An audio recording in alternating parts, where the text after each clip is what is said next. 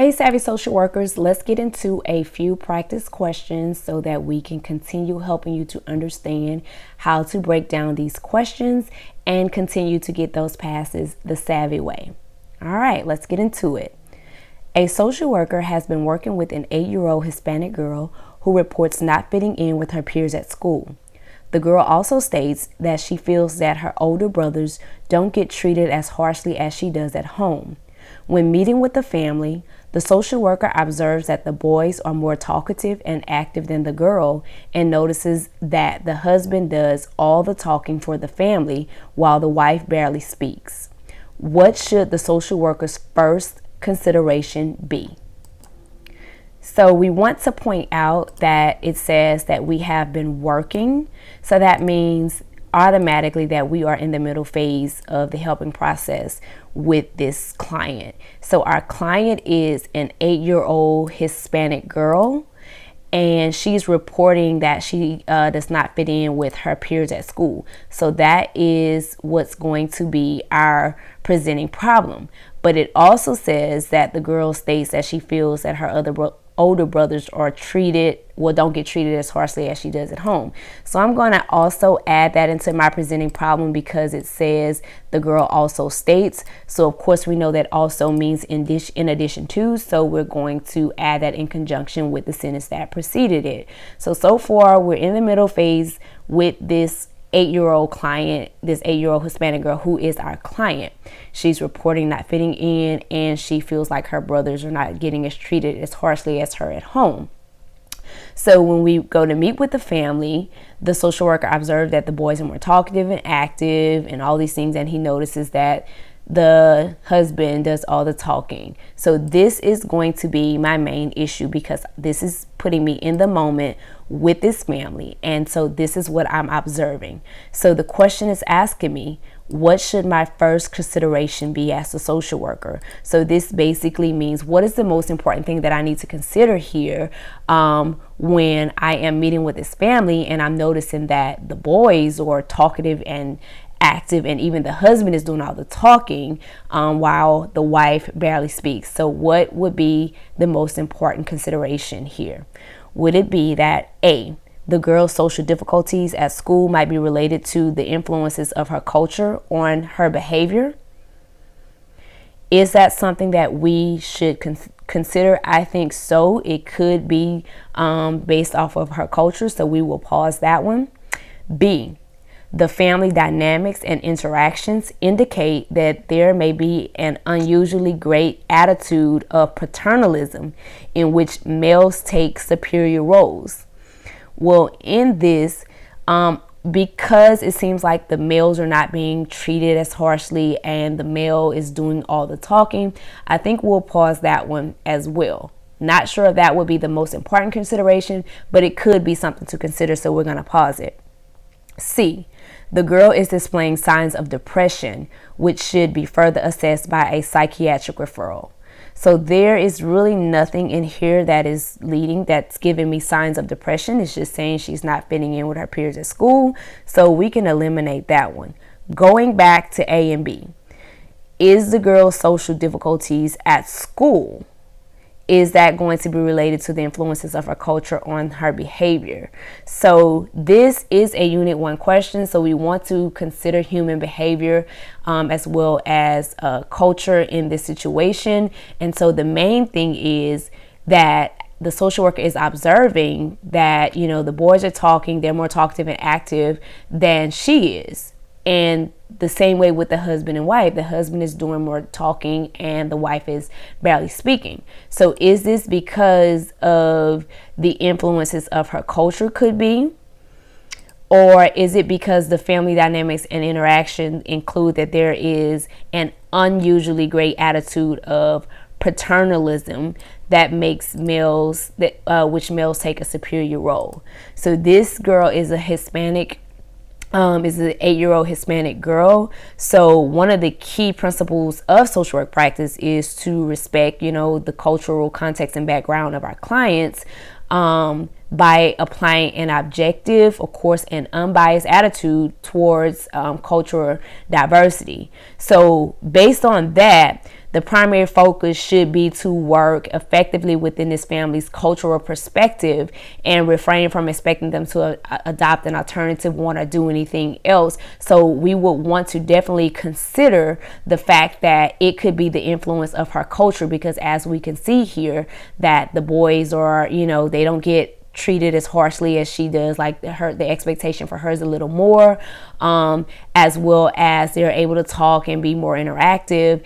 The same thing with her father, and her mother is really not. So that could be why she is having trouble fitting in with her peers at school, versus just saying that it's an unusually great attitude of paternalism. That sounds biased in itself. So for this one, we'll eliminate and we will go with the answer choice A. Again, y'all, this is a human behavior question, which also dabs into culture. So it's just about knowing these cultural concepts and making sure that we're not picking answers that can breed bias from our perspective. But we also want to make sure that we are focusing on what's the main thing that is going on in each situation. And in considering that she's not fitting in with her peers, and then how things are going on at home, and then what the social worker observes with her family, this is definitely breeding something cultural. So we don't want to, just kind of judge them by anything other than that. Next question. A hospital social worker has a client who is non-compliant with management of his diabetes.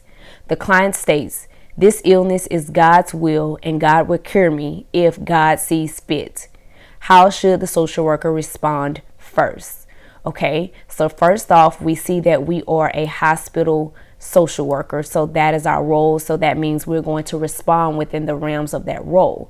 So we have a client who's non-compliant with his diabetes management. That is the presenting problem or the initial situation of what is going on here. So the main problem, and of course they have it in these quotations for us, is that it is a religious issue. He feels like, that the illness is God's will and God will cure him if he sees fit. So this has to do with religion. So how should the social worker respond first? So that means what is going to be the most important way for the social worker to respond to this client's comment, and taking into consideration that, he's not compliant with his diabetes. So would that be A, assure the client that God will want the client to be compliant?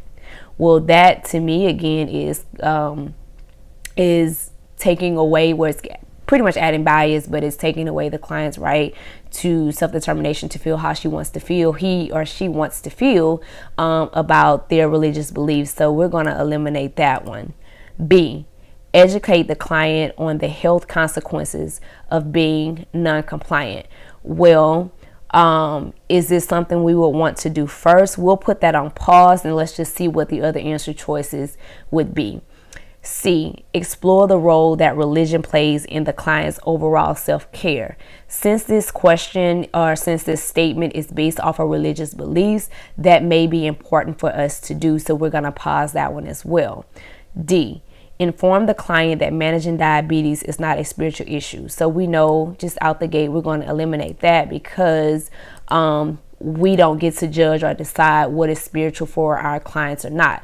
So that means in responding to this comment, either we can educate the client on the health consequences, or we can explore the role that religion plays. Because this is a religious statement, we want to intervene on a religion level, because we want to make sure that our answer matches and addresses our priority problem. So not saying that we wouldn't educate her on the health consequences, but that wouldn't be the first thing we do when she, hits us with this religious response. We don't want to just ignore what she's saying religiously and just say, well, health wise. So let's go ahead and explore the role that religion plays in her overall self-care, what she believes, because that is definitely going to be one of the most important things that we need to do. So the social worker should definitely strive to promote the client's self-determination and respect for different values toward the role of religion. So we got to remember that, especially when it's involving spirituality or religion with our clients. Understanding the role that religion plays is a part of the assessment process, but it's also just a part of working with our clients in general. All right, so the other options do not start where the client is. So remember, we want to meet our clients where they are, and they disregard the client's personal values, which seems to be important if she's making this statement. So after fully exploring with the client the role that religion plays in their belief system, then we could possibly educate the client on the health consequences that may be appropriate after that. So remember, this is the first question, and we are looking to do the most important thing in responding to that statement. Next question.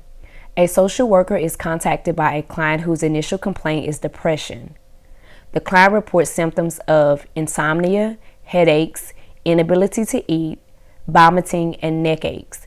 What should the social worker do first? Okay, so it says that this social worker is contacted. So that lets me know this is the beginning of the helping process. So that means I am wanting to do something that I would do in the beginning phases of working with this client that maybe surrounds engaging or assessing the client's problems.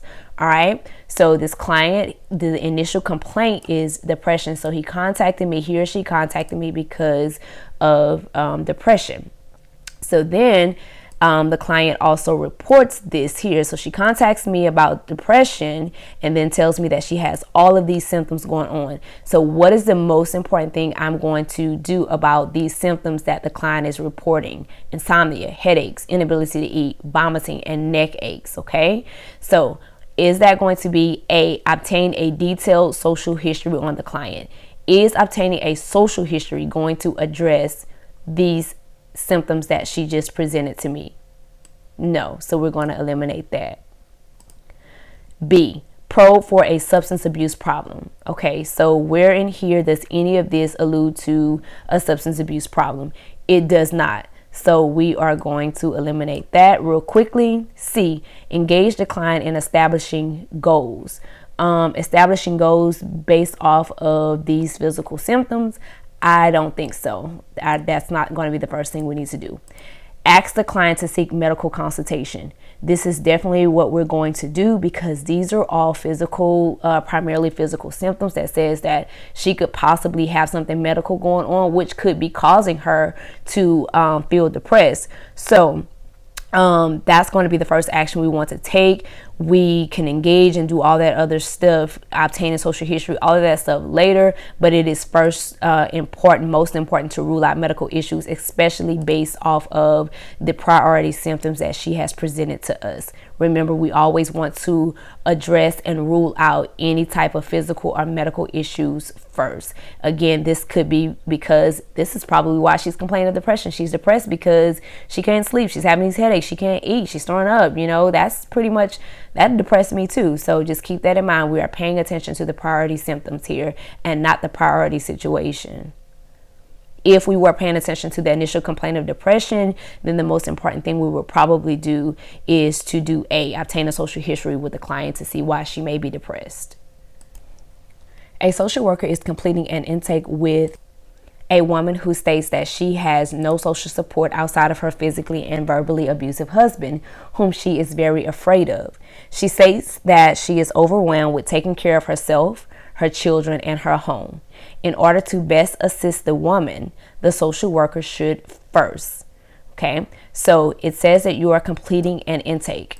So that lets me know we're in the beginning. So that means whatever answer you choose has to be somewhere around the realms of completing an intake. Okay, so you're with the woman who states she has no social support outside of her husband, who she is afraid of. And so he is physically and verbally abusive. So that is the initial situation of why our client is here. That's the presenting problem. So now she states that she's overwhelmed with taking care of herself, her children, her home, and all of these things, right? So y'all pay attention to this one because this one has a bit of a twist, a little bit. So she's telling you that this is what's going on with her. Right. So for the most part, we would say, okay, she says she's overwhelmed by taking care of. That's going to be the main thing that is going on with her. So is that more important that the fact that she is telling us that she has a physically and verbally abusive husband whom she's afraid of? Is the fact that she's overwhelmed with taking care of herself, her children, her home, is that more important to pay attention to than the fact that she is in this physically abusive relationship? Okay, so I just want to let that sit right there, because this is one of those questions to where I know you're so used to seeing the presenting problem first and the priority problem second. But remember, the priority problem is always going to be what is most critical at the moment.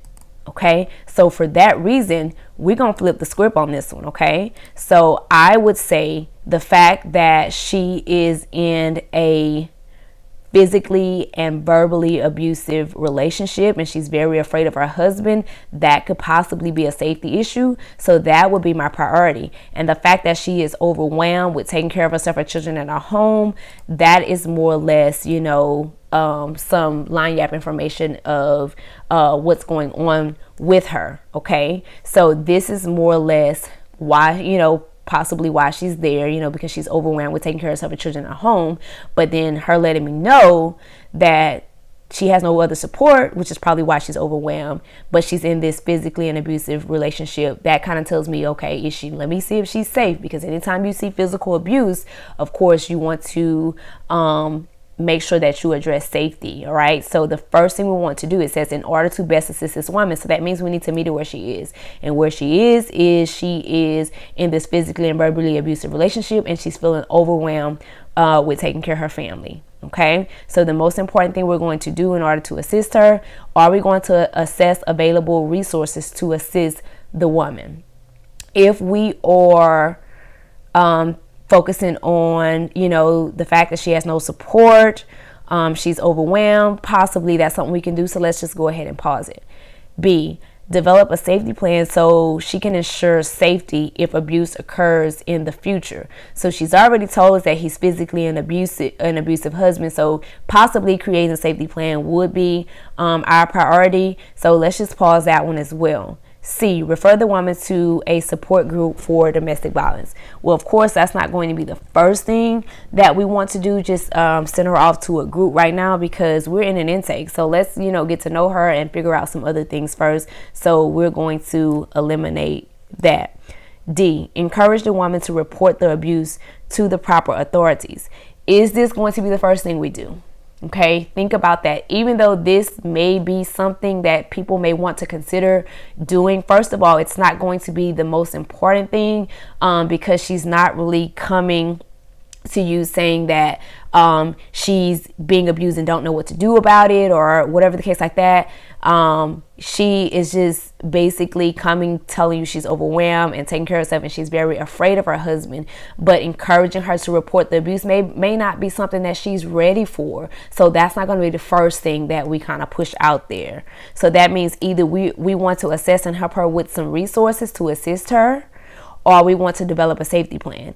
And of course, because she is in a physically and verbally abusive relationship, that's the priority, y'all. Even though it's flip-flop, whenever I see physical abuse, anytime you see domestic violence, remember that is a priority situation. So I'm definitely going to develop a safety plan, just in case something pop off in the future. She will at least have a safety plan, because it's telling you that she's very afraid of him. So let's make sure that we have a plan to keep you safe for when or if he decides to get abusive again in the future. Because she verbalized physical abuse, her safety should be prioritized. So therefore, taking into consideration that she has no social support, we definitely need to have her a safety plan. Then we can deal with all this, because her being overwhelmed, that's more of the mental emotional side. So let's deal with the safety issues first, and then we can let's make sure we create a safety plan, and then we can talk about teaching her maybe how to cope with being overwhelmed, maybe creating schedules, all those things once we go through those phases of the helping process. But we all know that safety does come first. A social worker is working in a mental health facility as an interdisciplinary team. While collaborating in a patient's care, the social worker disagrees with the other team members about the appropriate time for discharge of the patient. What should the social worker do? All right, so we have a social worker who is working in a mental health facility as part of an interdisciplinary team. So that's going to be our initial situation, just letting us know what's going on. So she is a part of an interdisciplinary team. So that's important to point out. So while collaborating in the patient's care, the social worker disagrees with the other team members about the appropriate discharge. So, here comes the problem. So this is going to be our problem focus here. She disagrees with the rest of the team. So she's part of this interdisciplinary team, which means you're a part of a team with other collaborators, maybe other nurses, doctors, other people that are a part of the hospital staff, and she's disagreeing with him about when to discharge his patient. So what should you do? This sounds like a dilemma, so that means this is ethical. So in this case, as a social worker, what is going to be the most ethical thing for her to do? Will it be A, withdraw from the team after providing an explanation? Well, no, that's unprofessional, and yeah, no, we're not going to do that. B, contact the patient's family about the team's decision. Is that her role to do? Basically, and does this address the fact that she disagrees? Like, I disagree, so let me contact the family. Not sure, but let's go ahead and pause that one. C, focus on shared values and skills to resolve the conflict. Okay, so this is a dilemma conflict, so we could make sure that we're focusing on the shared values and skills of the team and try to resolve this conflict. So we're going to pause that one as well. D, support the majority vote after voicing concerns. Absolutely not. We not going to support. That's groupthink. When you just go along to get along with the majority. So we're not doing that. So we're either going to contact her family about the decision, which I'm not sure how that's going to address the fact that the social worker disagrees. It's actually not. So just thinking about it like that, we can eliminate it. Remembering that the social worker is part of this interdisciplinary team. Each member has a specific role in provision of the services to the patient. Therefore, if we focus on shared values and skills in attempt to resolve the conflict in the client's best interest, that sounds like the most ethical thing to do. Okay, all that other stuff, withdrawing from the team after you tell them why you disagree, or just trying to go with the rest of the group, whoever, the majority vote, all of that.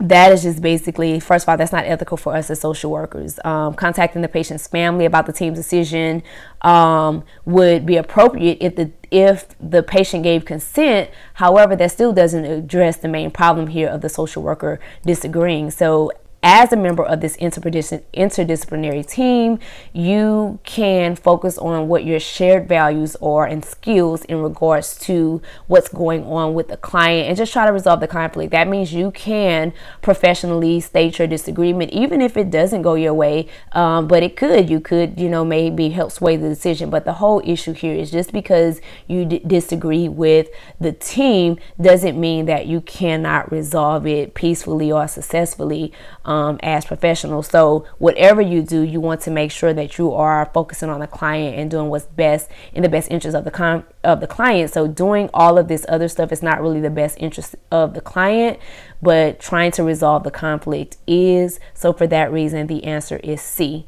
Again, I hope this video was helpful to you all. Leave me some feedback in the comments.